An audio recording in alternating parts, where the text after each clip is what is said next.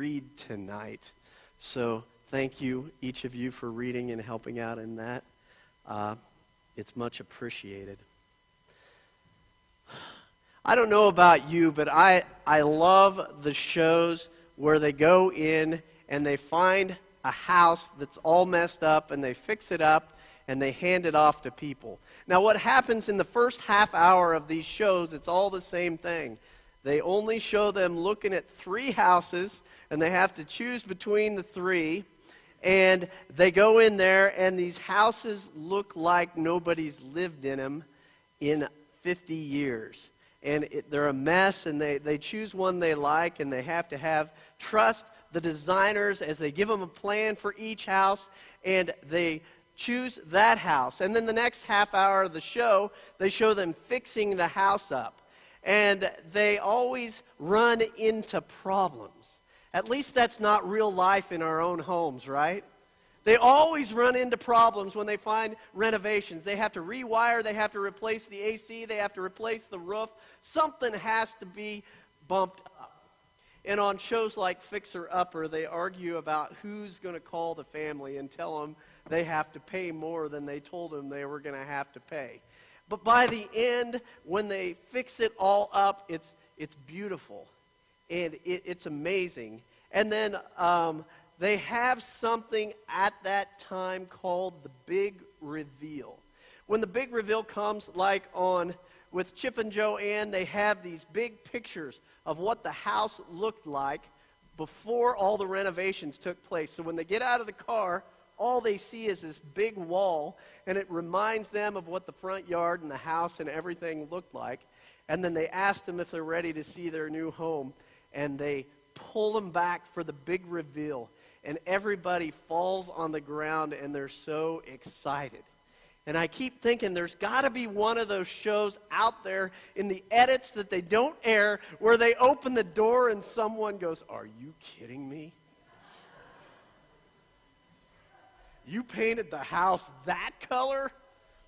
And where the big reveal is supposed to be so exciting, but they look at it and they go, "Oh, no thanks. Oh, man, that would be something else." Now, what did happen with a big reveal is today there is something that is popular called a gender reveal, where there's balloons or there's powder, and it's either going to be pink or it's going to be blue to determine if it's a girl or a boy. Now, back when the boys were younger and Holly was only working part-time, and she would photograph on evenings and weekends. She would go out and do different people who might be getting married or they just have a baby. And I remember one time she was doing a big reveal, and it was a dad and a mom who had 2 girls or 3 girls, and they were hoping for someone of another gender. And so the big reveal came, and the pink cloud of dust or the balloon came up, and we saw the picture of that. And then the next picture was the picture of the dad on his knees going, "No!" So much for the big reveal. So in our reading today that you heard our youth read to us, there was a big reveal. Now it started clear back, you could go back to Genesis, where it talked about the power of the Messiah, where when everybody was kicked out of the garden, it said, "Your offspring will step on the head of the serpent." And that was the first prophecy of the Messiah, many say, and it goes on to Moses, where they said, "There'll be another prophet like you," and it works all the way through. And tonight we heard in Isaiah that the Messiah would be called Wonderful Counselor, Mighty God, Everlasting Father, Prince of Peace. So cool. And the night came for the big reveal, and the shepherds were out with their flocks, and the angels came out, and it says the glory of the Lord shone around them, as in it was lit up in the middle of the night. And the angels started speaking, and then the company of angels came, and they sang. And they said these words, "This is the big reveal. This will be a sign to you that you will find a baby in a manger wrapped in swaddling clothing. And the shepherds were so excited they ran off, is what it says. But in my mind, there's one shepherd who looked at the others and go, really? Thousands of years in the promise, and this is the big reveal? A baby in a manger? Israel has been oppressed. We need someone who's going to destroy them, and you're talking about a lowly baby in a lowly manger, helpless. The big reveal? Nonetheless, the shepherds ran off to take care of that. Sometimes in our world today, we think of Jesus and we go, that's all? That's what you're talking about? What is the point of that? When there's a big reveal of Jesus and it's not understood in the world. Leonardo DiCaprio starred in a movie called The Reverend. And it was a pretty rough story about a man named Hugh Glass, who was a fur trapper, and he was attacked and wounded by a grizzly bear while hunting in the western frontier. It's supposed to be based off a true story. His friends intentionally left him for dead and then murder his son right before his eyes. Now, according to the film's version of the story, Glass emerges from the grave and tracks 80 miles on foot to hunt the men down and kill them who betrayed him. But according to film blogger Michael Punke, in the real historical story, Glass travels all that way, finds them, and ends up forgiving them. Punke claims that the forgiveness narrative would be way too boring for Hollywood. As Julian Brooks says on the Mockingbird blog, is forgiveness too boring for Hollywood? It is understandable that Glass would want to avenge the death of his son and his own betrayal. Who could forgive in that situation?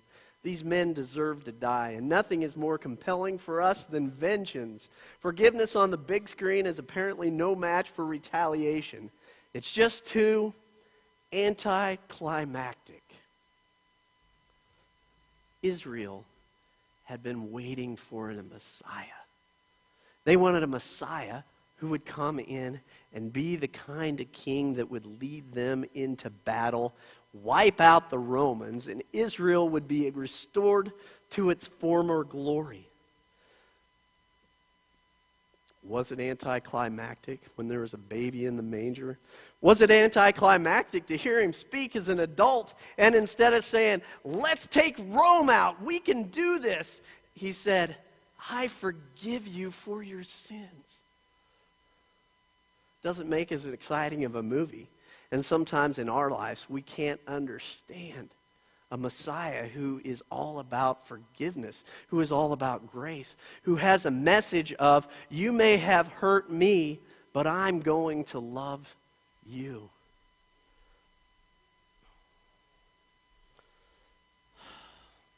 The big reveal. The sign of a baby in the manger. Now, the reveal of Jesus can come in us too. Is it anticlimactic when people see us and they go, oh, is that all there is to it? Or do they see Christ's light shine through us? And they say, man, I got to get a hold of some of that. That baby is incredible. The Seattle Times ran a story about Sarah Pascucci, who received a letter in the mail on February 3rd earlier this year, February 3rd, scolding her for leaving her Christmas decorations up. Who's ever left their lights up on their house past January 1? Anybody? Notice my hand's still raised? They scolded her. The anonymous letter read, take your Christmas decorations down. It's Valentine's Day. While the letter would have normally upset her in any circumstances, Pascucci said it hurt especially hard now. She lost both her father and her aunt to COVID-19 less than 1 week apart. Her father, who lived with her, put up the Christmas decorations immediately after Thanksgiving, as he did every year. In the weeks following his death on January 15th, Pascucci couldn't bring herself to take the Christmas decorations down. Receiving the harsh letter, she said, was a major blow to her heart. No one really knows what is going on inside the house or why we didn't take down the decorations. She shared the letter with the Long Island Moms Facebook group and explained why it was particularly painful. In the hopes that the anonymous sender might see her post, she wrote, "The family has been preoccupied with funeral arrangements, mortgage, utility payments, and just the grieving process of it all. So yes, we haven't gotten around to taking down his decorations yet. Be kind to people because you never know what they are going through." The community was outraged on her behalf. Within minutes of her sharing the post, dozens of messages flooded Pascucci's Facebook inbox. Neighbors sent Pascucci family heartfelt cards, flowers, meals, and a GoFundMe page was created to cover mounting mortgage payments and funeral costs. Beyond the private act of kindness, what struck Pascucci the most, she said, was that the Bethpage residents climbed up into their attics, went down into their basements to retrieve their Christmas decorations that they had already stowed away. In early February, they redecorated their homes for Christmas. Many neighbors started to put their own holiday decorations back up so she wouldn't feel so alone. Although the holiday season was long past, twinkly lights and festive ornaments recently appeared on the streets of Bethpage in a show of support for a grieving mother. In that neighborhood, such a small gesture, let the light of Christ shine through. That the big reveal in that neighborhood is that they could gather around each other, that they could care for one another, and that is what we see with Jesus. I have to admit it's sometimes tough. When I was growing up and we would go to Christmas Eve worship service at the Clay Center United Methodist Church, it was a pain. It was just one more thing we had to do before we could open any Christmas presents. And so I would go and I would suffer through, and sometimes I would think, is that pastor ever going to shut his mouth so we can go home and really have fun for Christmas? Until one Christmas Eve that I've shared with a lot of you about, where I was at the kneeling rail taking communion and the power of the Holy Spirit just overwhelmed me. I was only 14 years old, and Christmas Eve has never been the same since then. That power of a baby in a manger is so amazing. And is it the best part of Christmas? Is it even better than opening presents? Is it that amazing? We have a short video here to see how amazing it can be. Santa, you're needed in human resources, please.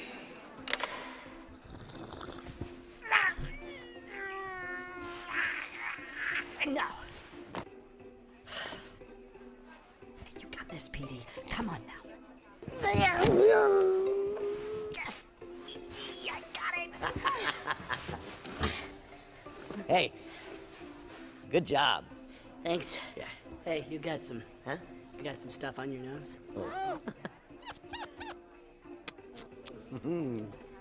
So, have you seen him? No, it's my first day. Yeah, mine too.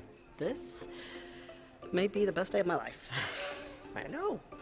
He just oozes kindness, you know? If he walked in here right now, I would totally turn into a snow puddle.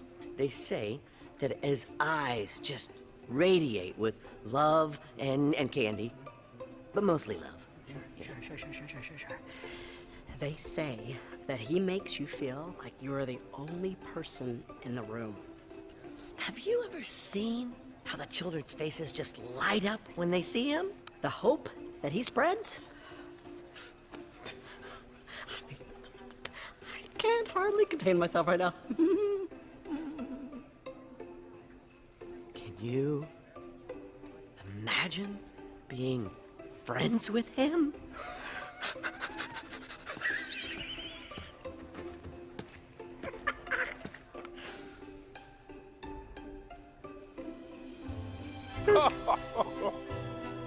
I know.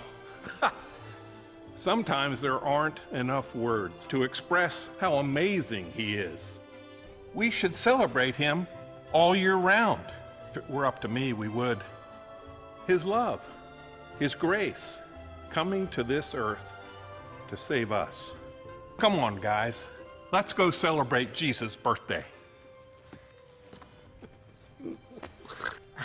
Just FYI, I was talking about Jesus the whole time. Oh, I was too. I 100% was talking about Jesus. Same page, same page.